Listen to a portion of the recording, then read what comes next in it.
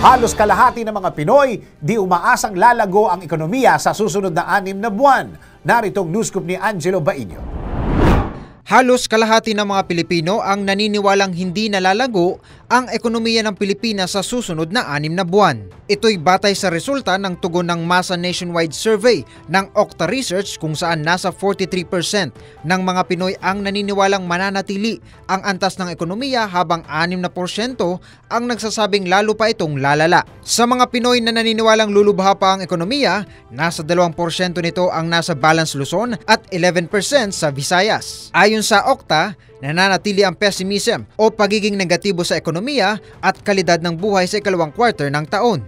Isinagawa ang survey mula Hulyo 22 hanggang 26 sa pamamagitan ng face-to-face interviews sa 1,200 respondents na edad 18 pataas sa buong bansa. At yan ang aking news scoop. Ako si Angelo Bainio, nagbabalita ng tama, naglilingkod ng tama.